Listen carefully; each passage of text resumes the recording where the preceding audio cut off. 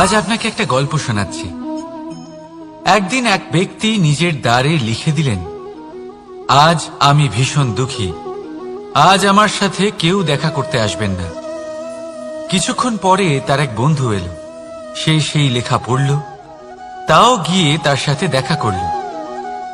সে বলল, আমি লেখাপড়া জানি না, কিন্তু আমার বন্ধুর মনের এই বেদনা, এটা আমাকে সবসময় ডাক দেয়। এরাই হলো আসল বন্ধু। কোনো কারণে আপনি যদি দুঃখ পান, কোনো সমস্যার সমাধান না বের করতে পারেন, এই সংসার থেকে আলাদা হয়ে যেতে চান, তাও এই বন্ধু আপনার সাথেই থাকবে। সমস্যার সমাধান না দিতে পারলেও আপনার সম্বল হয়ে অবশ্যই থাকবে। হয়তো আপনার দুঃখ কম করতে পারবে না, কিন্তু আশার আলো অবশ্যই দেখাবে। যখন আপনি সংসারের থেকে আলাদা হয়ে যান, তখনও আপনার সাথে যুক্ত থাকে আপনার এই বন্ধু, আসল বন্ধু। এবারে আমরা মানুষেরা বড়ই বিচিত্র। তারা সব সময় যে কোনো আর আমার সাথে প্রসন্ন হয়ে বলুন, রাধা রাধা। সময়, কথায় বলে সময়ের পূর্বে কিছুই হয় না। প্রতিটা ঘটনার একটা সময় থাকে। সময়ের আগে না সূর্যোদয় হয় আর না সূর্যাস্ত হয়। সময়ের পূর্বে গাছে না ফুল ফোটে না ফল ধরে। কিন্তু একটা কথা ভেবে দেখুন, যদি বর্ষা আসার আগে কৃষক ভূমিকে না প্রস্তুত করে, বীজ রোপণ না করে, তাহলে কি ফসল ফলবে? যদি কোনো যোদ্ধা যুদ্ধের পূর্বে নিজের অস্ত্রের ধার না দেয়, তাহলে সে যুদ্ধ কি করে লড়বে? এর মানে এটাই হলো যে সময় আপনার যখন আসার তখন অবশ্যই আসবে, কিন্তু ততক্ষণ এটাও গুরুত্বপূর্ণ যে আপনি নিজেকে তার জন্য তৈরি রাখুন। কারণ এই সুযোগ, এই কথাটা শুনতে যত ছোট, এটা আসেও ততটা কম সময়ের জন্য, তারপর চলেও যায়। এবার যদি সুযোগ আপনার হাতে আসে আর আপনি তার জন্য তৈরি না থাকেন, তাহলে আপনি সাফল্য কি করে পাবেন? তাই আপনি সঠিক সময়ের জন্য অপেক্ষা করুন, সেই সুযোগের জন্য অপেক্ষা করুন, কিন্তু ততক্ষণ নিজের চেষ্টার দ্বারা নিজেকে আরো সক্ষম করে তুলুন। কারণ সাফল্য আপনার জন্য অপেক্ষা করছে, শুধু আপনি তার জন্য তৈরি থাকুন। রাধা রাধা। আমাদের মধ্যে বহু মানুষ মাঝে মাঝে নিজেকে অকর্মণ্য মনে করি, ভেবে নিই যে এত চেষ্টা করার পরেও কিছুই পেলাম না, আর হয়তো পরেও কিছুই পাব না। আর সেই জন্য নিজের জীবনের সমস্ত বোঝা অন্য কারোর কাঁধে চাপিয়ে দিই, নিজের ওপরে বিশ্বাস হারিয়ে ফেলি। কেন বুঝতে পারেন না এই কথাটা? যে যতক্ষণ না পায়ে কোনো কাঁটা ফুটবে, ব্যক্তি কি করে বুঝতে পারবে যে এরপর থেকে নিচে তাকিয়ে চলতে হবে? সূর্যকে নিজে জ্বলতে হয় যাতে বাকিদের প্রকাশ দিতে পারে সে। রাতের অন্ধকারের সাথে লড়াই করার জন্য চন্দ্রিমাকে আকাশে একা উজ্জ্বল হতে হয়। নদী নিজের যাত্রা কি করে করে, নিজের পথ কি করে নির্মাণ করে? সে পাথরের সাথে লড়াই করে তা বানায়। যদি স্বয়ং আপনি নিজের সাহায্য করতে অক্ষম হন, তাহলে নিশ্চিতভাবে আপনার এই জীবন ব্যর্থ হয়ে যাবে। তাই মনে রাখবেন, এই সংসারে নিজের জীবনের ভার নিজের কাঁধেই বহন করতে হয়। অন্যের কাঁধের ওপর শুধুমাত্র পরলোক যাত্রা হয়। সেই জন্য এই সংসারে জীবিত সেই যে আত্মনির্ভর।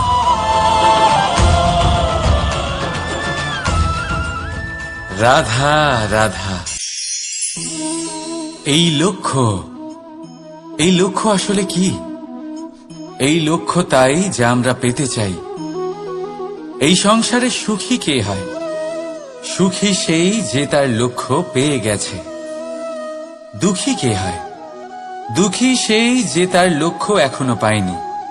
এবারে প্রশ্ন এখন এটাই যে লক্ষ্য সবাই পেতে চায়, লক্ষ্য পাওয়ার জন্য সবাই প্রাণপণ চেষ্টাও করে, তাহলে সবাই তাদের লক্ষ্যে পৌঁছতে পারে না কেন? ঠিক আছে, কোথাও না কোথাও কিছু না কিছু কমতি থেকেই যায়, যাই বাধা থাক। আজকে আমি আপনাকে একটা উপায় বলবো এই লক্ষ্য পাওয়ার জন্য। একটা কাগজ নিন, তাতে একটা চিহ্ন বানান, সেটাই হবে আপনার লক্ষ্য। এবারে সেই লক্ষ্যে পৌঁছানোর একটা পথ বানান। এবারে এই যাত্রাকে ভিন্ন ভিন্ন ভাগে বিভাজন করে দিন। এবারে এটা হলো আপনার পরিকল্পনা। এবার এই পরিকল্পনা ক্রমানুসারে আপনি পালন করতে থাকুন, এটাই হবে আপনার চেষ্টা। এবার এইভাবে যদি আপনি চেষ্টা করতে থাকেন, যাই আপনার কল্পনা হোক না কেন, তা বাস্তব অবশ্যই হবে। তাহলে এই কল্পনাকে বাস্তবে রূপান্তরিত করুন। এইভাবেই নিজের পরিকল্পনা পালন করতে থাকুন। আপনার যাই কল্পনা থাকুক বা যাই লক্ষ্য থাকুক, তা বাস্তবে পরিণত হয়ে আপনার হাতে অবশ্যই আসবে। রাধা রাধা। কথা মানুষের পাওয়া সবচেয়ে অদ্ভুত উপহার। এই কথাই মানুষকে এই সংসারের সমস্ত প্রাণীর থেকে ভিন্ন করে তোলে, সংসারের সবচেয়ে উপরে নিয়ে যায়। এই কথার কারণেই আমরা একে অপরের সাথে ভাব আদান প্রদান করি। আমি আমার মনের ভাবনা অন্য কাউকে ব্যক্ত করতে পারি, অন্য কেউ তাদের ভাবনা আমাকে ব্যক্ত করতে পারে। এই কথাই আমাদের সবচেয়ে বড় ঢাল। এবারে দেখুন, আপনি নিশ্চয়ই লক্ষ্য করেছেন, কারোর কথা মধুর হলে লোকে তাকে ভালোবাসে, তাকে নিজের বন্ধু বানায়। সেইভাবেই যদি কারোর কথা কঠোর হয়, তাহলে লোকে তাকে ঘৃণা করে, তাকে নিজের শত্রু মনে করে। এই কথাই ভাষা হয়ে আমাদের ইতিহাস রচনা করে। তবে আমরা কি সত্যি বাণীর বিষয়ে অতটাই ভাবি যতটা আমাদের ভাবা উচিত? ভেবে দেখুন। মানুষের সাথে আমার সঙ্গে বলুন, রাধা রাধা।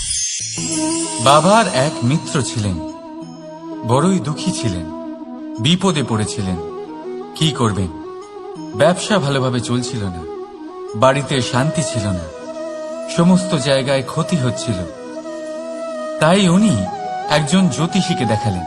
জ্যোতিষী বললেন, আপনার যে বাড়ি আছে সেটা আপনার জন্য অশুভ, আপনার এই বাড়ি পাল্টে ফেলুন। উনি বাড়ি পাল্টে ফেললেন, তবুও ওনার সমস্যার সমাধান হল না। তারপর একজন জ্ঞানী ব্যক্তি ওনাকে বললেন যে আপনার জামা কাপড়ের যে রং, সেটা বিপদকে আমন্ত্রণ জানাচ্ছে, এই জামা কাপড়গুলিকে পাল্টে ফেলুন। উনি সেগুলো পাল্টে ফেললেন, তাও সমস্যার সমাধান হল না।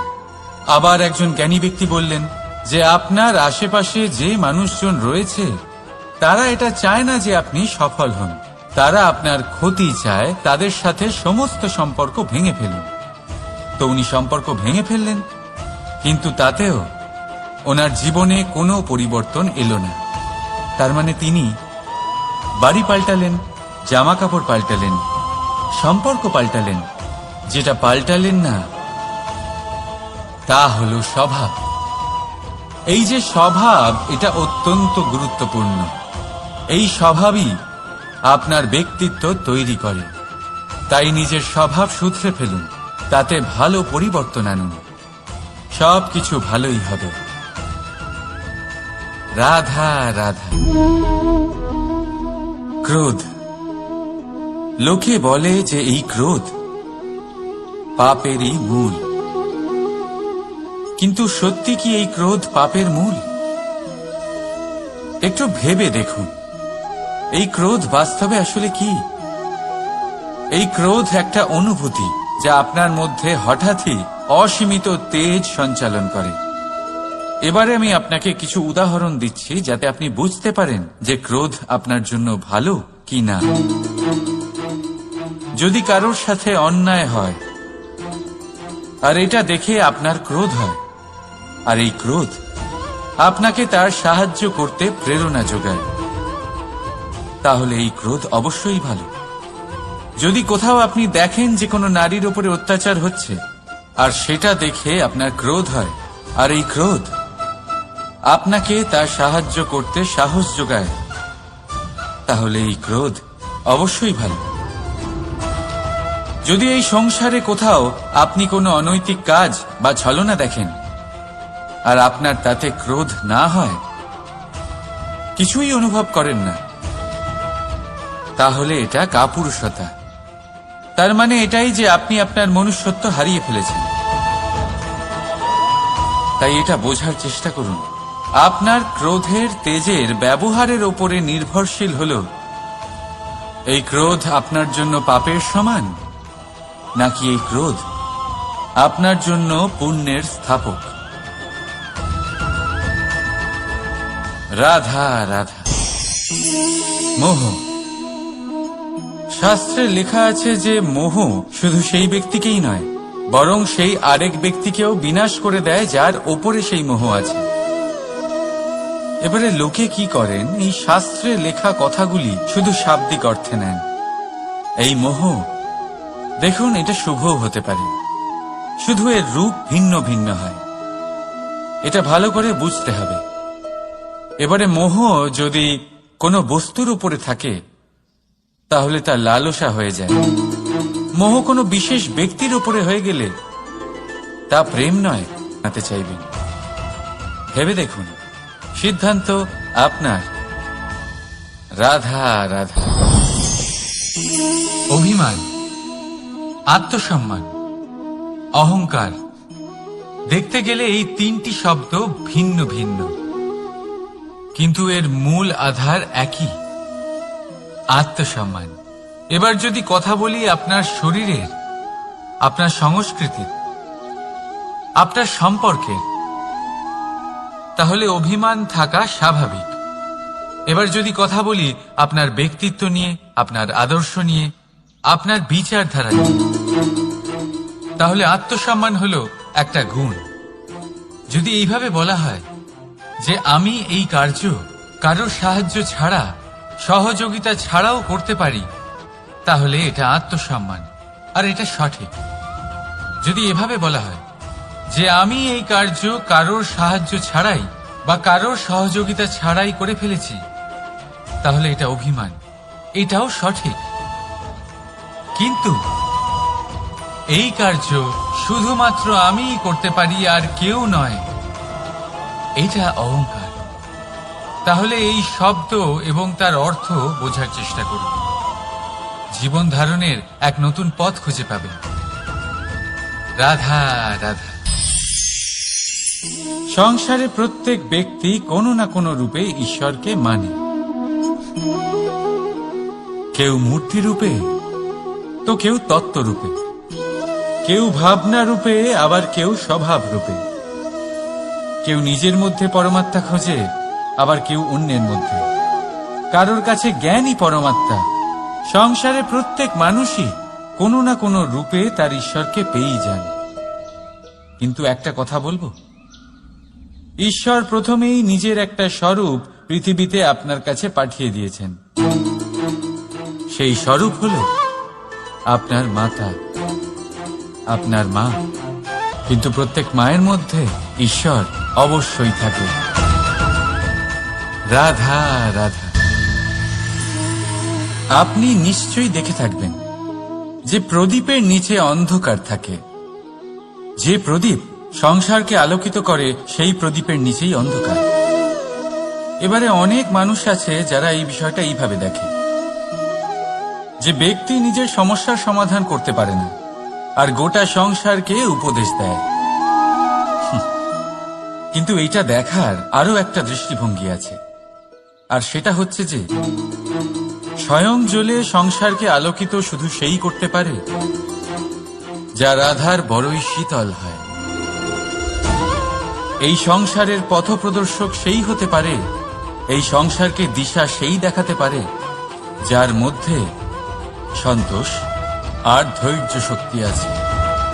এবারে দেখুন, এটা অত্যন্ত গুরুত্বপূর্ণ বিষয় যে বিবেক তখনই কাজ করে যখন মন শান্ত থাকে, যখন মন শীতল থাকে। তাই যদি আপনি এই জীবনে কোনো বড় কর্ম করতে চান, তাহলে সর্বপ্রথম আপনার এই মনকে, এই বিবেককে, এই হৃদয়কে, এই আধারকে এই ভূমিকে শীতল রাখতে শিখুন। ধৈর্য ধরুন। সংসারে এমন কিছু নেই যা আপনি করতে পারবেন না। রাধা রাধা। এই প্রদীপ দেখতে পাচ্ছেন আপনি? নিজেও জ্বলে আর এই বাতিকেও জ্বালিয়ে রাখে, আর এই সংসারকে প্রদান করে প্রকাশ। অন্ধকারাচ্ছন্ন ব্যক্তিকে প্রদান করে আশার আলো। কিন্তু এটা কখনো ভাবে না যে সেই মাটি কেমন হবে যা দিয়ে এটা তৈরি করা হয়েছে, সেই কুমোর কেমন হবে যে একে আকার দিয়েছে। ভাবে না যে একে কিনেছে তার বাড়ি কেমন হবে, তা কতটা সুসজ্জিত। কিচ্ছু নয়, শুধু রাধা রাধা। এই সংসারে প্রত্যেক ব্যক্তি বড় কিছু করতে চায়, এমন কিছু যা এই সংসারে কেউ আগে কখনো করেনি। এমন জায়গায় পৌঁছতে চায় যেখানে এর আগে কেউ কখনো পৌঁছতে পারেনি। আর কেউ এতে সফলতা অর্জন করে। কিন্তু কিছু মানুষ অসফল হয় কেন? এটাই আমার প্রশ্ন। না তো তাদের ইচ্ছেতে কোনো কমতি থাকে, না কমতি থাকে তাদের চেষ্টায়। তাহলে কেন এরা পিছিয়ে পড়ে? এর উত্তর বড়ই সরল। এই সংসার। আপনাদের বলি কিভাবে। আপনারা সকলে সংসারে মহান কাজ করতে চান, সেই মান, সেই সম্মান পেতে চান যা এর আগে কেউ কখনো পায়নি। কিন্তু আপনার সমস্যা এটাও যে এই কাজে সংসার আপনার সাথে থাকছে না। বড়ই অদ্ভুত ব্যাপার। দেখুন, ভুলে যান গোটা সংসারকে। জীবনে একা একা এগিয়ে চলুন। গঙ্গোত্রী থেকে যখন একটি জলের ফোঁটা বেরোয় তখন সেটা শুধু এক বিন্দু জল। তারপরে যখন সে তার যাত্রা শুরু করে অন্য জলের ফোঁটার সাথে মিশে, তখন সে স্রোতে পরিণত হয়, গঙ্গাতে পরিণত হয়। যদি আপনি জীবনে এগোতে চান তাহলে একলা এগোতে শিখুন, নির্ভীক হয়ে, সাহসের সাথে। ধনাত্মক চিন্তা নিয়ে জীবনে এগিয়ে চলুন, একা এগিয়ে চলুন। আর দেখবেন সেই মান, সেই সম্মান আপনার জন্যই অপেক্ষা করে আছে। রাধা রাধা। কর্ম। মানুষ সর্বদা কর্ম করতে থাকে, আর এই কর্মের জন্যই সে মান, সম্মান, ধন, প্রতিষ্ঠা লাভ করে। এবার মানুষ সবসময় চেষ্টা করে যাতে সে ভালো কর্ম করে যায়। তাহলে আপনাকে বলি, শুধু ভালো কর্ম করাই আবশ্যক নয়, তার থেকে বেশি জরুরি হল এই খারাপ কর্মকে বোঝা আর তার থেকে দূরে থাকা। কারণ যখনই আপনি কোনো সঠিক কাজ করেন বা ভালো কাজ করেন, কেউ তা মনে রাখে না। কিন্তু এই সংসারে বিষয়টা হলো এরকম, আপনি একটা খারাপ কর্ম করুন আর সেটা সবার মনে থাকে।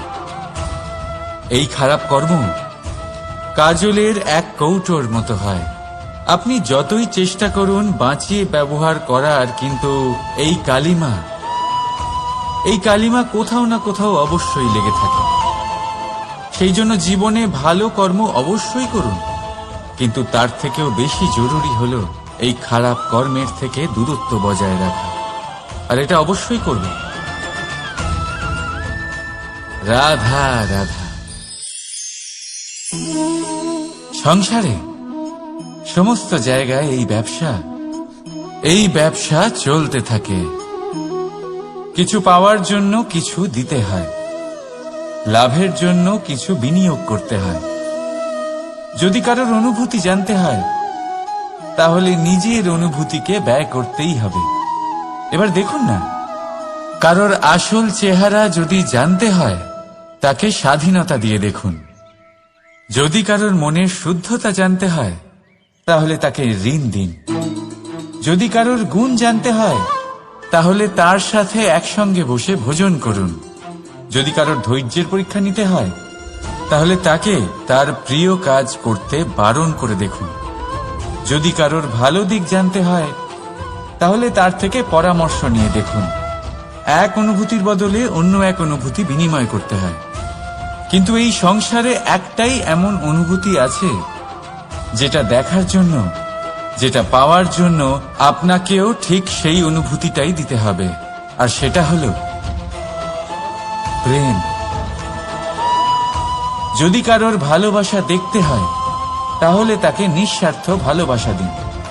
যদি কারোর থেকে ভালোবাসা পেতে চান তাহলে তাকে নিঃস্বার্থ পরিশুদ্ধ ভালোবাসা দিন। রাধা রাধা। কথায় আছে, সময়ের পূর্বে আর ভাগ্যের বেশি কেউ কিছুই পায় না।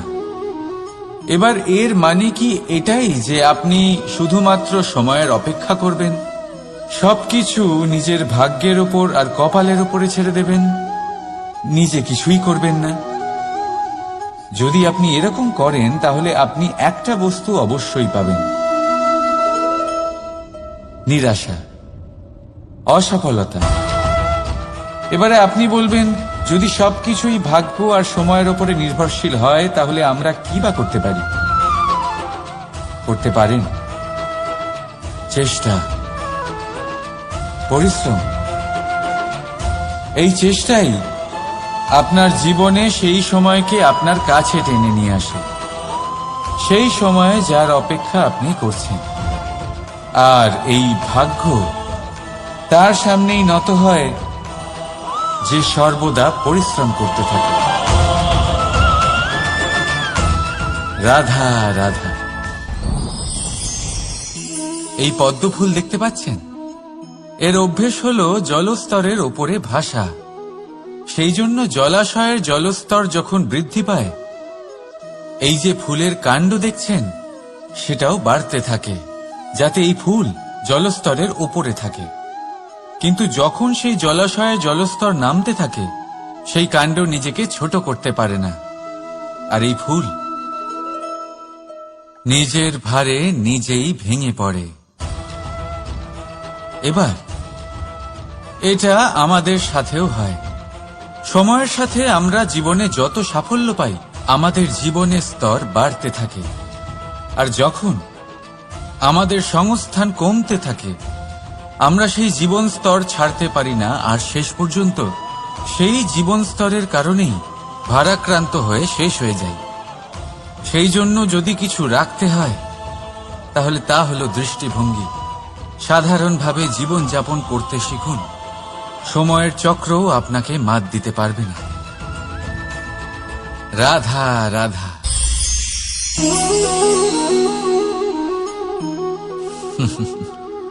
সময়, এই সময় না কোনো ব্যক্তি, না জীব, না বস্তু, তাও সময় জীবিত থাকে। এই সময়ে না জল, না অগ্নি, আর না বায়ু, কিন্তু তাও আমাদের জীবনের আধার এই সময়। দেখতে গেলে মানুষ এই সময়ের হাতের খেলনা। কখনো আমাদের সময় ভালো হয়, আবার কখনো খারাপ। কেউ সময় আসার প্রতীক্ষা করে, আবার কেউ সময় যাওয়ার প্রতীক্ষা করে, কিন্তু এই সময় কারোর হাতে ধরা দেয় না। এই সময় যা কেউ দেখতে পায় না, এটা সবাইকে সবকিছু দেখিয়ে যায়। দেখিয়ে যায় যে আপনকে আর পরকে, আমাদের শুভাকাঙ্ক্ষীকে আর ক্ষতিকে চায়, আমাদের মিত্রকে আর আমাদের শত্রুকে। এই সময় আপনাকে দেখায় যে আপনি কতটা শক্তিশালী, সেই সময় আপনাকে দেখিয়ে যাবে আপনি কতটা দুর্বল। এই সময় সব কিছু দেখিয়ে যায়। তাই এই সময় যা এতটা শক্তিশালী, তা আমরা নষ্ট কেন করি? ভেবে দেখুন। এবারে উঠুন আর এই সময়ের সম্পূর্ণ ব্যবহার করুন, এই সময়ের সদ্ব্যবহার করুন। কারণ এই সময়কে ব্যবহার করাটাই আপনার হাতে রয়েছে, আর কিচ্ছু না। আর এই সময় একবার বয়ে গেলে তখন যাই করুন না কেন, কখনো ফেরত আসবে না। সময়ের সদ্ব্যবহার করুন, আর সবার মধ্যে আনন্দ ছড়ান। আর আসুন আমার সাথে ভালোবেসে বলুন, রাধা রাধা।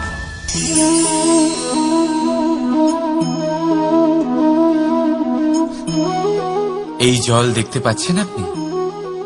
এটা ঘোলা জল, এতে ময়লা মিশে আছে।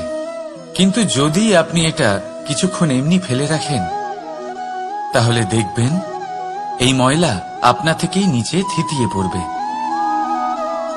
কিন্তু এই পাত্রটা নাড়াতে থাকলে এমনটা হবে না। শান্ত ছেড়ে দেবেন, তবেই এই ময়লা নিজেই নিচে চলে যাবে। ঠিক সেইভাবেই যখন আমাদের জীবনে কোনো সমস্যা আসে, কোনো অশান্তির সৃষ্টি হয়, তখন উত্তেজিত হয়ে পড়লে, নিজের সংযম হারিয়ে ফেললে আমরা এর সমাধান পাব না। শান্ত থাকলে তখনই সমস্যার সমাধান পাব। তাই মনে রাখবেন, ধৈর্য আর সংযম দ্বারা শান্ত মনে বিচার করলে যত বড়ই সমস্যা হোক না কেন, তার সমাধান আপনি অবশ্যই পাবেন।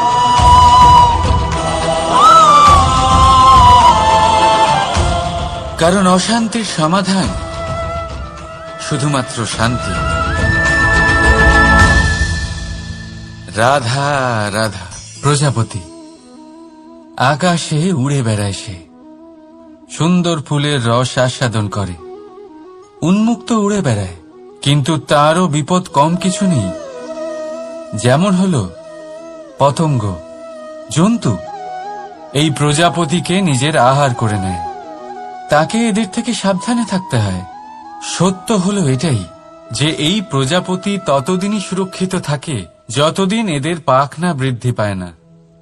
যখন এরা এদের খোলসের মধ্যে থাকে, যখন না কারো দৃষ্টি এদের ওপর পড়ে আর না কোনো শত্রু এদের আঘাত করতে পারে, কিন্তু তখন তারা বন্ধ থাকে, অবিচল নিশ্চল থাকে।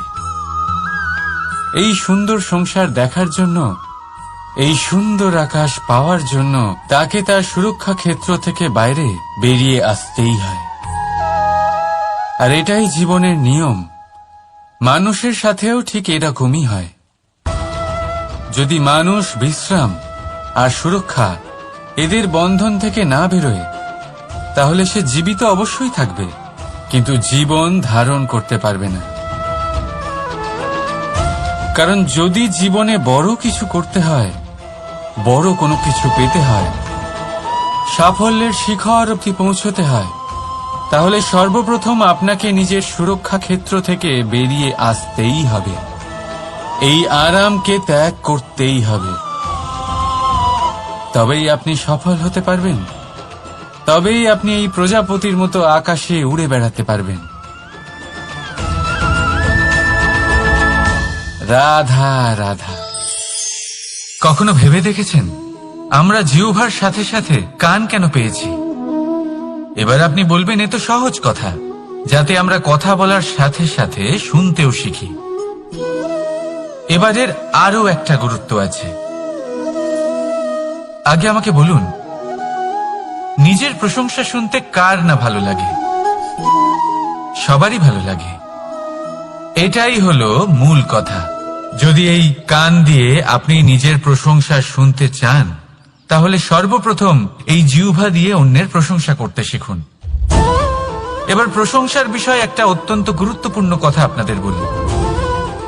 কখনো যদি কারোর প্রশংসা আপনি করেন, তাহলে সবার আগে সেই ব্যক্তির উৎসাহ বেড়ে যায়। আর তারপর নিজে যদি ভেবে দেখেন, তাহলে নিজের মনেও সন্তুষ্টি আর প্রশান্তি চলে আসে। আর একবার যদি এই মন প্রশান্তিতে ভরে যায়, তারপরে কেউ প্রশংসা করুক বা না করুক, কিচ্ছু যায় আসে না।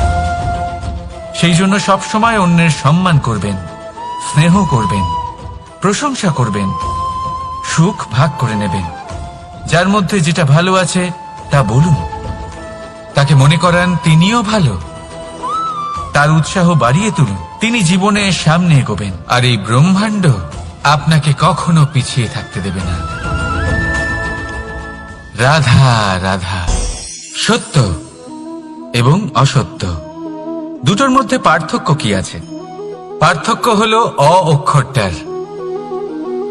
এবার অ দিয়ে হতে পারে আরম্ভ, অ দিয়ে হতে পারে অন্ত। সত্য হলো সেটা যেখানে সমস্ত পথের আরম্ভ হয়, অসত্য সেটা যেখানে সমস্ত পথের শেষ হয়। এবার এরা চলতে হয়তো পারে না, কিন্তু তাও ছাপ রেখেই যায়। সত্য সেই ছাপ রেখে যায় যা একটা উজ্জ্বল উৎকৃষ্ট উদাহরণ হতে পারে, আর অসত্য সেই উদাহরণ তৈরি করে যা একটা কলঙ্কিত ইতিহাস তৈরি করে। এখন আপনি আগামী সময়ের জন্য কেমন ছাপ রেখে যাবেন, এই সিদ্ধান্ত পুরোপুরি আপনার। রাধা রাধা। চলুন একটা প্রশ্ন করি। কোন মানুষকে জিজ্ঞাসা করবেন যে সে মূর্খ, অলস, বিবেকহীন, অসফল এইসব বিশেষণ দিয়ে নিজেকে পরিচিত করতে চাইবে? না। কাউকে জিজ্ঞাসা করুন আপনি কি মূর্খ? না। আপনি কি অসফল হয়েছেন? না। আপনি কি বিবেকহীন? না। এবার বলুন আপনি জীবনে মূর্খ ও বিবেকহীন হবার জন্য কোনো ভালো পরিকল্পনা বানিয়েছেন? উত্তর পাবেন না। কারণ কোনো পরিকল্পনা বানানো হয় না যাতে আপনি মূর্খ বা অসফল হন। মানুষ মূর্খ বা অসফল তখন হন যখন কোনো পরিকল্পনাই থাকে না। দেখুন, একটাই ছোট জীবন, তাকে স্থির করুন যাতে অনেক বেশি সংখ্যক মানুষকে আপনি জুড়ে রাখতে পারেন, অনেক বেশি শান্তি পেতে পারেন, অধিকতর সাফল্য লাভ করতে পারেন, বেশিরভাগ মানুষের পথপ্রদর্শক হয়ে তাদের মঙ্গল করতে পারেন। অসফল হয়ে বাড়িতে বসে থাকার চেয়ে ভালো হলো যে আপনি একটা পরিকল্পনা করে অসফল হন, কারণ তখন আপনার কাছে আরো একটা বিকল্প থাকবে, একটা নতুন পরিকল্পনা বানানোর, তাকে সার্থক করার। কারণ এমন কোন পরিকল্পনা তো অবশ্যই থাকবে যা আপনাকে আপনার লক্ষ্যে পৌঁছে দেবে, তাই তো? রাধা রাধা। সূর্য কারোর জন্য হলেন শক্তিদাতা ঈশ্বর, আবার কোনো প্যাঁচার জন্য হলো চোখ বন্ধ করে দেওয়ার মতো তীব্র আলো। নদী কারোর জন্য হলো তৃষ্ণা মেটানোর স্রোত, আবার কারোর জন্য বন্যারূপী বিনাশকারী আশঙ্কা। সাগর কারোর জন্য হলো নোনা জলের ভান্ডার, আবার কারোর জন্য অগন্তি প্রাণী জগতের সম্ভার। প্রশ্ন হলো প্রত্যেক ব্যক্তির জন্য প্রত্যেক অনুভূতি বা বস্তুর সারমর্ম আলাদা কেন হয়ে থাকে? যা কারোর জন্য হলো বিষ তা অন্য কারোর জন্য অমৃত কেন? যা কারোর জন্য অমৃত তা অন্যের জন্য বিষ কেন? উত্তর বড়ই সোজা। আমরা বস্তু বা অনুভূতিগুলিকে সেভাবে দেখি না যেরকম তা হয়ে থাকে। আমরা বস্তু বা অনুভূতিকে সেভাবে দেখি যেরকম আমরা হয়ে থাকি। এবার এর উপায় কি হতে পারে? নিজেকে পরিশুদ্ধ করুন, সবকিছুই শুদ্ধ হবে। রাধা রাধা। প্রেম, ঘৃণা, এই দুই হলো একই শব্দ। কিভাবে? দেখুন না, দুটোতেই 2.5 অক্ষর রয়েছে।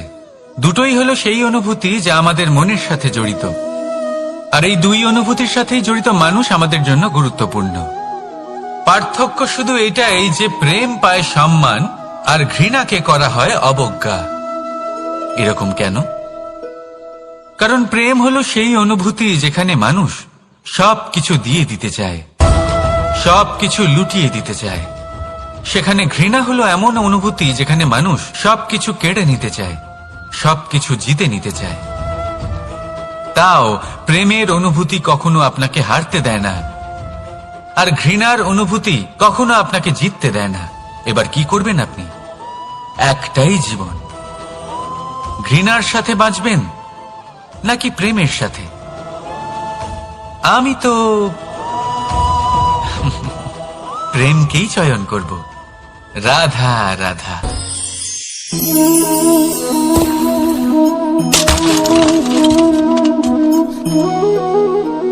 এ কি হলো? আমি আঘাত পেতেই এটা হাত থেকে পড়ে গেল কেন? ভেঙে গেল কেন? এবার আপনি বলবেন এরকমই তো হয়ে থাকে এই জীবনে, এই সংসারে। আঘাত লাগার পরে আমাদের হাতে যা থাকে তা পড়ে যায়, যা তৈরি হয় তা ভেঙেও যায়। কিন্তু এটা কি সত্যি? আপনাকে একটা কথা বলে রাখি, আঘাত পেয়ে পড়ে যাবার পরে সংসারের যে কোনো বস্তুই হাত থেকে পড়ে যাক না কেন, সাফল্য অবশ্যই আসে। যতই খারাপভাবে আপনি পড়ে যান, আপনি আঘাত পান, ভবিষ্যৎ অবশ্যই ভালো হবে। কারণ এই আঘাত, অসফলতা, এই অসুবিধা, এগুলো আমাদের এমন ভাবে পরিশুদ্ধ করে যেমন আগুন সোনাকে করে থাকে। সেজন্য জীবনে শুধু সামনে এগোতে থাকুন, দৃঢ়তার সাথে এগোতে থাকুন, আর কখনো আঘাত পেয়ে পড়ে যেতে ভয় পাবেন না। কারণ এটা আসন্ন সাফল্যের সংকেত।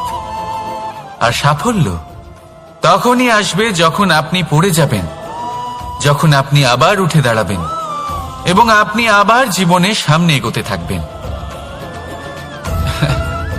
রাধা রাধা।